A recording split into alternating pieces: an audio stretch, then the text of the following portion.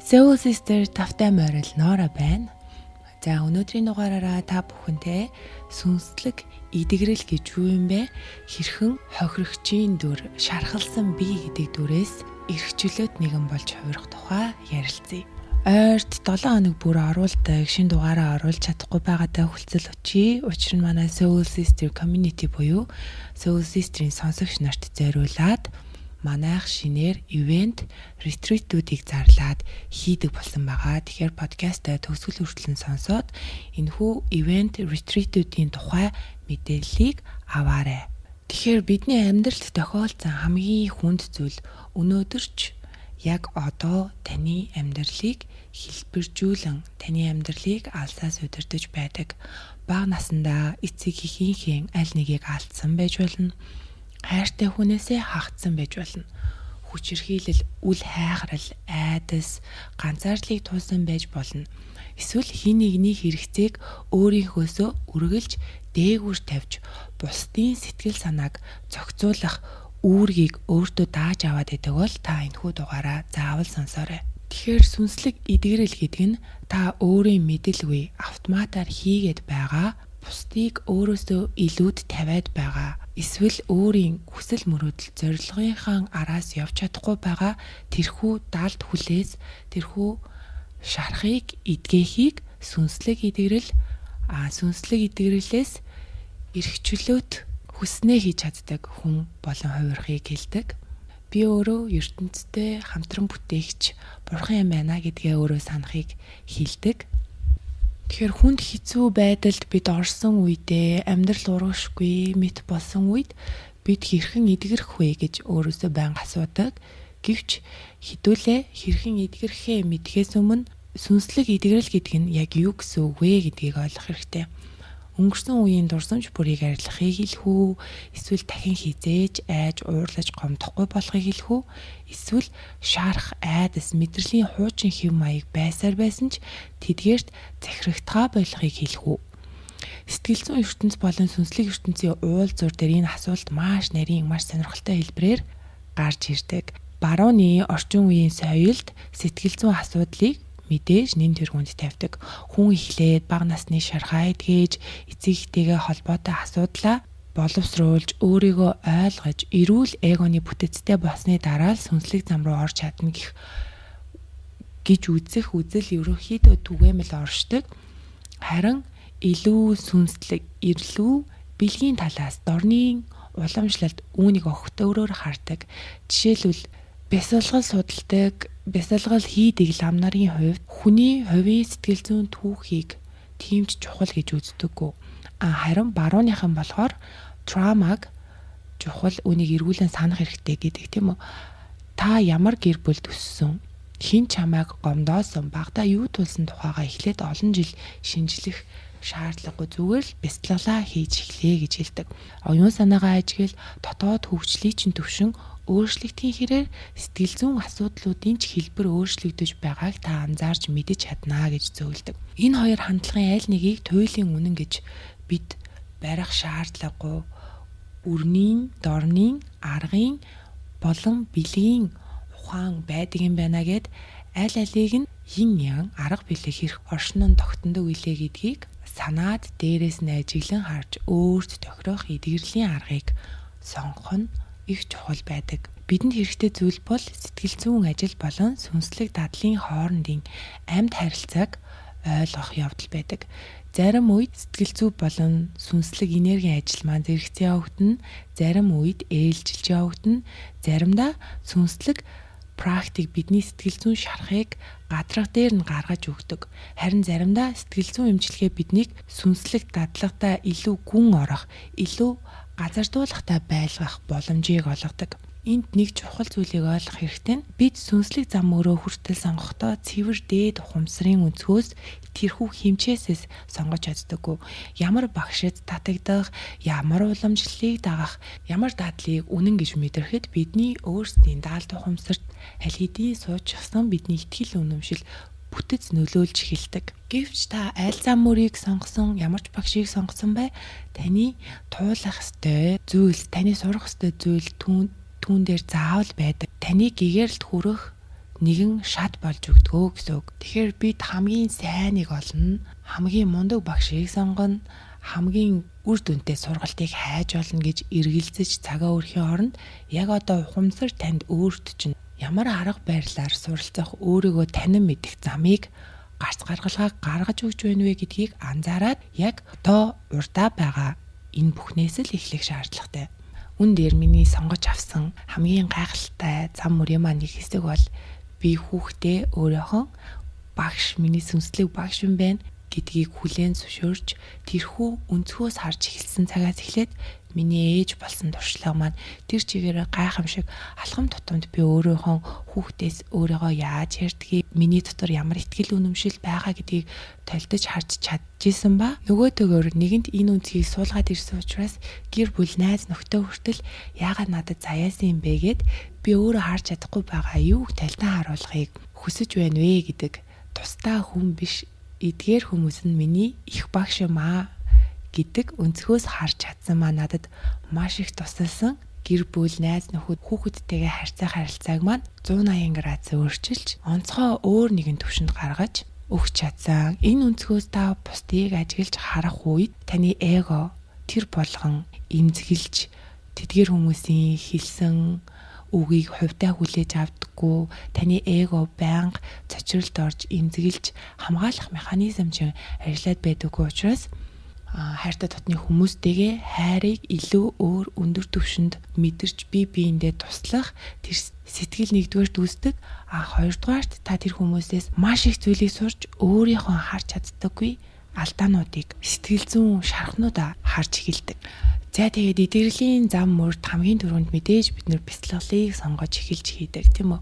Бяцлаглалыг өдөр тутмын амьдралтайгаа хослуулан ухамсар анзаарахтай болоод эхлэхээр өмнө нь нуугдаж байсан шаарах, хамгаалах механизм, айдас, уур, ичгүүр, бусдаас хамаардаг хамаарал холбоонууд таны өнгөн давхраг, ил ухамсар, ил оюун ухаан руу гарч ирж эхэлдэг. Яг энэ үед бидний ихэнхэн шантрах гэдэг бяцлал надад тохирохгүй юм байна гэж боддог.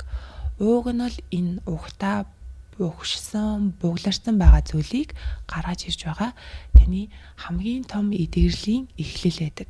Гэхдээ үүн дээр анхаарах нэг зүйл нь гадарга дээр гарч ирж байгаа бүхэнтэй ижил арга барилаар ажиллаж болохгүй. Таны зарим шарах боловсрсан жимс шиг байдаг.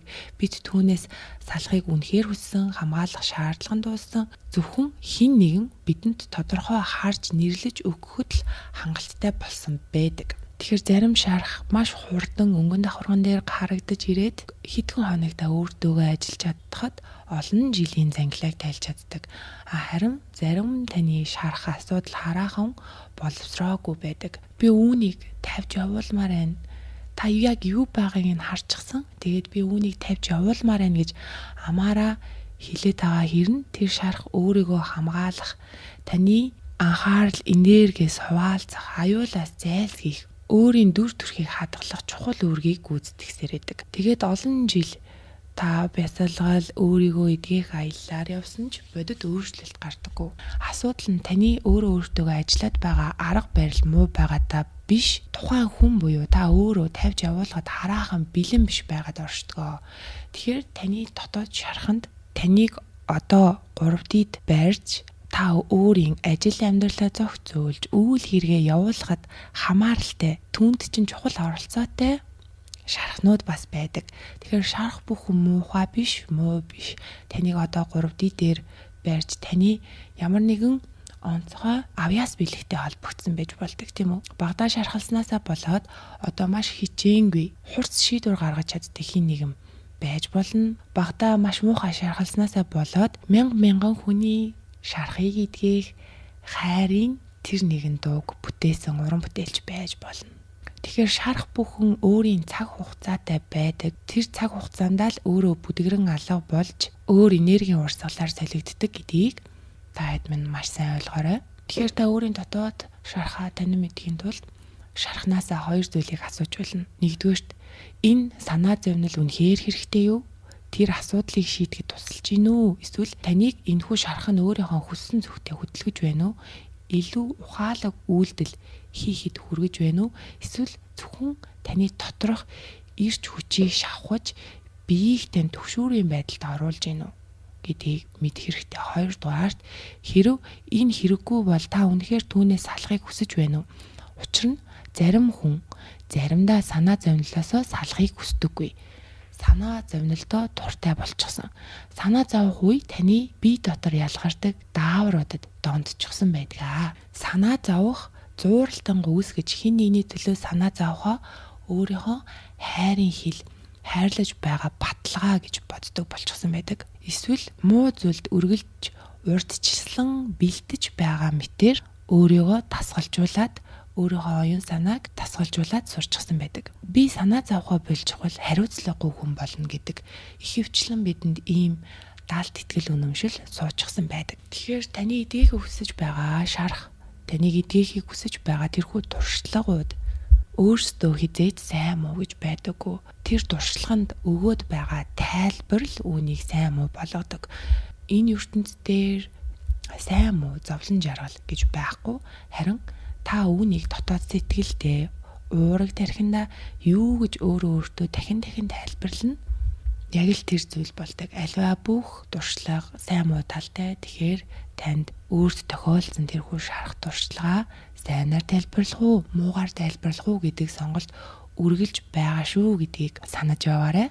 Бид үүнийг дотоод сэтгэлдээ үргэлж мэддэг. Харин маш олон ухаарлуудаа мартаж байдаг. Үүнийг бидний өндөр дээд хаан буюу Чингис хаан хүртэл хэлсэн байдаг. Мартаж сандгийн давалгаан дотор бид нэр энэхүү амьдралаа туулж байдаг. Дэлгэн давтамж доошлох үед энэхүү ухаарлуудаа мартаад тэр харанхуй нөхшөө зүйлээс хэрхэн гарахаа мартчихсан. Харин дэлгэн давтамж дээшлэх үедээ бид үүнийг санаж байдаг.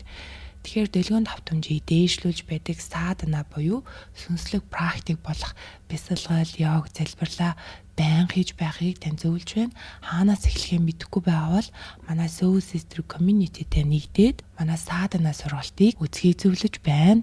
За мөн манай 8 сарын 8-нд зохион байгуулагдах Гаконы ёслолд хүрэлцэн ирээд миний тайдтай барьж байгаа High Monkey буюу оюун ухааныхаа 4 хэмжээсийг таних сургалт хамрагдаарай. Мөн үүний дараа бид нэр йог хийн, дараа нь какао уугаад хамгийн сүүлд нь ecstatic dance буюу бие чөлөөлөн бүжиглэх юм аа. Та өмнө нь дандаа хин нэгэнд таалагдах гэж, секси харагдах гэж бүжгэлдэг байсан бол энэ удаа зүгээр л биеийн блоко тайлах, бурхантай холбогдох, их чөлөөг мэдрэх байдлаар бүжиглээрэй. Тэгэхээр манай бүтэн нэг өдрийн retreat-нд хамрагдахыг хүсч байвал Soul Sister 11:11 Instagram хуудастай холбогдоорой. Мөн манай энэ ивент итгэж дотоод сэтгэлээ танин мэдэх хүсэлтэй хүмүүсийг коконатын усыг оруулж ирдэг Мали Монголиагийн хамт олондоо гүний талархлаа илэрхийлж байна. Халуун орнуудаар явж исэн хүмүүс бол мэдэх бах те. Жинхэнэ шингэнийг маш сайн нөхөж өгдөг байгаль эхийн бэлэг ундаа бол